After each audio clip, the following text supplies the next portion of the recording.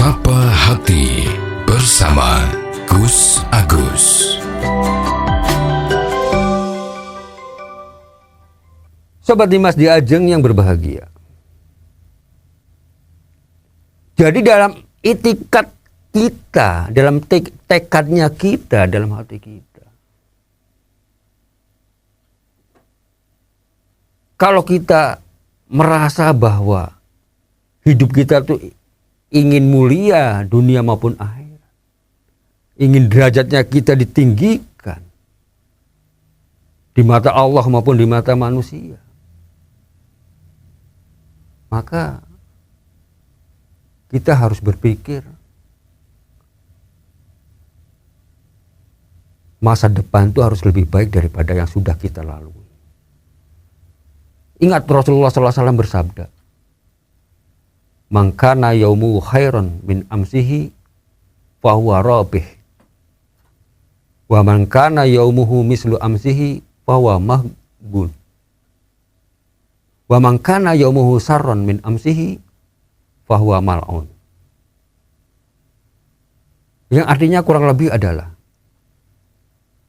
barang siapa yang hari ini lebih baik daripada hari kemarin, maka ia tergolong orang yang beruntung. Dan barang siapa yang hari ini sama dengan hari kemarin, nggak ada bedanya hari ini dengan hari kemarin, tahun ini dengan tahun yang akan datang, sepodo wae, nggak mau berubah, maka ia tergolong orang yang merugi. Dan barang siapa yang hari ini lebih buruk daripada hari kemarin, maka ia orang yang dilaknat atau celaka. Sahabat Dimas di Ajeng yang berbahagia, tidak akan orang itu mau sebetulnya untuk melakukan hal perbuatan yang sama, yang tidak manfaat, ya, atau bahkan tidak ada peningkatan sama sekali dari sebelum-sebelumnya. Sebetulnya nggak ada orang yang mau itu, kecuali orang yang bodoh, orang yang tidak mau berpikir, ya. Tapi kan manusia itu kan hidup, ya, yang punya pikiran mesti, ya, siapapun orangnya, apakah itu anak-anak itu kan, remaja, dewasa, orang tua, itu kan semuanya pengen ke depan tuh lebih apik, itu kan lebih bagus. Sebetulnya kalau orang normal itu akan berpikirnya seperti itu. Nah, seperti halnya kita punya penghasilan itu kan kalau pengennya tuh kan ke depan tuh makin lebih baik gitu kan. Entah itu bagaimana caranya, ya, yang kita bekerja atau mungkin kita juga punya sasaran-sasaran lain. Itu kan cara kita untuk supaya jauh lebih baik, ya. Tidak hanya sekedar masalah urusan-urusan seperti ini, termasuk amal perbuatan kita, kelakuan kita itu kan, yo. Kalau orang yang normal mestinya ke depan tuh mesti harus lebih baik. Kenapa? Kita selalu evaluasi diri, mengoreksi diri. Oh, nengonoke ora bener. Sehingga saya merasa dijauhi dari masyarakat. Ya. Saya merasa tidak dihormati oleh orang. Kenapa? Karena mungkin saya punya kesalahan ini, kurang begini, kurang begitu. Melakukan perbuatan-perbuatan yang tidak disukai oleh umum. Kan orang itu kan mesti akan berpikir seperti itu.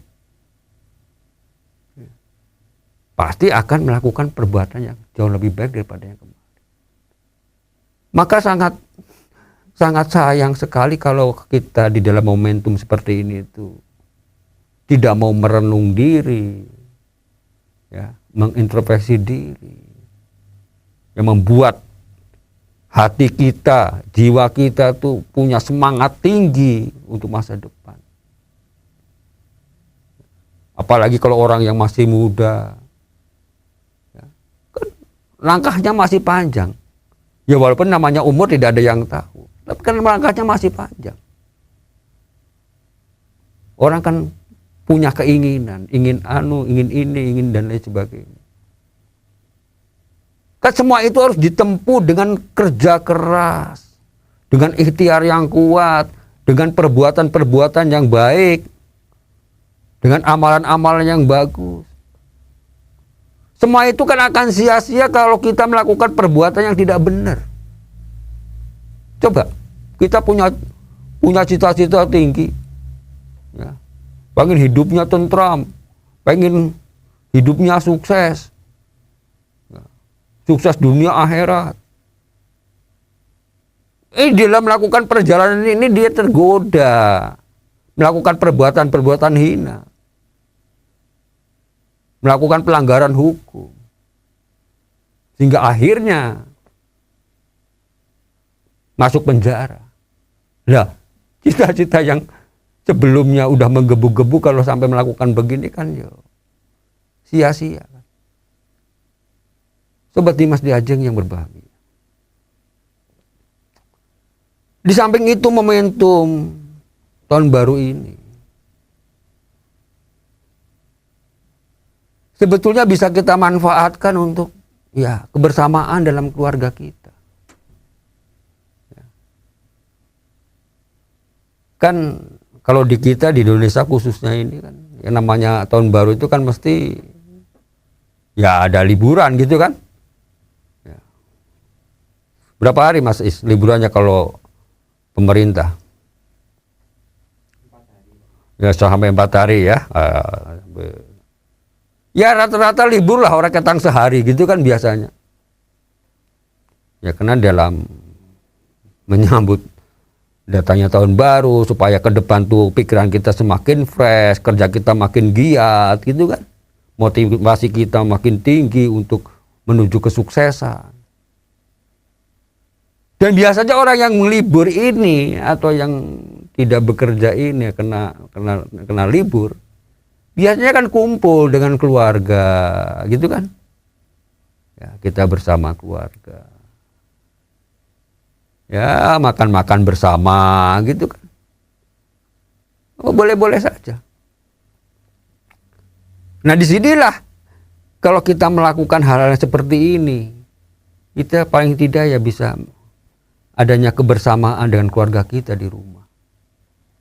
Mengajak kemana misalnya. Ya kadang-kadang mari kita ke alun-alun lah, lihat kembang api gitu kan. Macam-macam. Baunya apa? Ini kebersamaan dengan keluarga kita. Ya. Ada yang ke alun-alun, lihat kembang api. Ya. Ada yang melakukannya dengan cara ibadah pada Tuhan, melakukan zikir bersama di rumah, atau di masjid, atau di tempat-tempat ibadah yang lain. Kan sebetulnya ini adalah momen untuk kita adanya kebersamaan di dalam keluarga kita. Nah, disinilah sebetulnya waktu yang tepat buat kita ini di dalam keluarga. Karena kan untuk bisa bersama itu kalau orang-orang yang pada sibuk itu kan sangat susah sekali. Ya. Kadang-kadang kita sudah punya anak, sudah punya mantu, anaknya jauh. Ya. Ada yang daerah daerah sini. Pada saat libur bersama seperti ini kan biasanya, apakah itu libur lebaran, apakah itu libur tahun baru, itu kan ada yang mudik, gitu kan istilahnya. Yang jauh-jauh datang mengunjungi orang tuanya, mumpung lagi libur. Nah, disinilah momen kebersamaan kita, di situ kita manfaatkan supaya dalam keluarga itu lebih akrab, lebih mencurahkan kasih sayangnya. Bahkan bisa jadi kita memberikan nasihat-nasihat yang penting, memberikan motivasi untuk anak-anak kita, untuk mendorong anak-anak kita supaya ke depan itu jauh lebih baik. Ya, untuk melakukan perbuatan-perbuatan yang baik, menjauhi segala apa-apa yang dilarang oleh Tuhannya. Kalau kita mau berpikir seperti itu, ya kan momentum yang baik. Ya. Bahkan bisa juga kalau kita manfaatkan hal yang seperti ini adalah untuk memberikan satu pelajaran-pelajaran yang bagus, memberikan contoh yang baik, akhlak yang baik, ya. Memberikan nasihat-nasihat yang penting, ya. Supaya anak-anak kita atau keluarga kita itu mau melaksanakan perintah Tuhannya maupun menjauhi daripada larangan-larangan yang norma-norma di dalam masyarakat maupun di dalam pemerintah. Ingat, kalau kita sebagai kepala keluarga kan juga punya kewajiban di situ untuk memberikan satu petunjuk, nasihat agar apa yang kita lakukan di dalam keluarga atau dalam individu masing-masing keluarga itu supaya melakukan perbuatan-perbuatan yang bermanfaat, yang benar, baik untuk tujuan hidup di dunia maupun di akhirat. Maka kalau kita ingat seperti ini, Allah berfirman, ya ayyuhalladzina amanu ku anfusakum wa ahlikum nar. Wahai orang-orang yang beriman, jagalah dirimu dan keluargamu dari api neraka.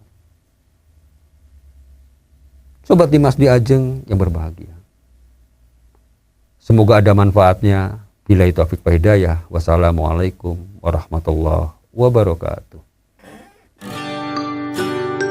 Sapa Hati bersama Gus Agus.